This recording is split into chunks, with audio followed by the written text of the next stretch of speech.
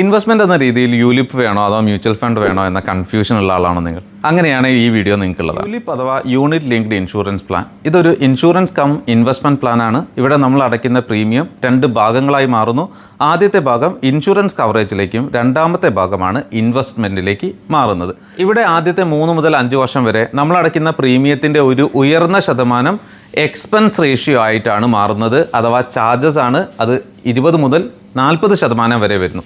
അതുകൊണ്ട് തന്നെ മാർക്കറ്റിൽ ഉയർന്ന റിട്ടേൺ തരുന്ന സാഹചര്യത്തിൽ പോലും ഇത്തരം പ്ലാനുകൾ നല്ല റിട്ടേൺ തരാറില്ല. അതുകൊണ്ട് തന്നെ ഇതിനൊരു നല്ല ഇൻവെസ്റ്റ്മെൻറ്റായി നമ്മൾ കാണേണ്ടതില്ല. എന്നാൽ മ്യൂച്വൽ ഫണ്ടിൽ നമ്മൾ ഇൻവെസ്റ്റ് ചെയ്യുന്ന മുഴുവൻ എമൗണ്ടും ഫണ്ട് മാനേജേഴ്സ് മാർക്കറ്റിലേക്ക് ഇക്വിറ്റി, ഡെപ്റ്റ്, ഹൈബ്രിഡ് ഫണ്ടുകളിലേക്ക് പാർക്ക് ചെയ്യുകയും നമുക്ക് ഉയർന്ന റിട്ടേൺ നൽകുകയും ചെയ്യുന്നു. ഇവിടെ ഫണ്ട് മാനേജേഴ്സ് ചാർജ് ചെയ്യുന്നത് 1 മുതൽ 2% വരെയുള്ള എക്സ്പെൻസ് റേഷ്യോ ആണ്.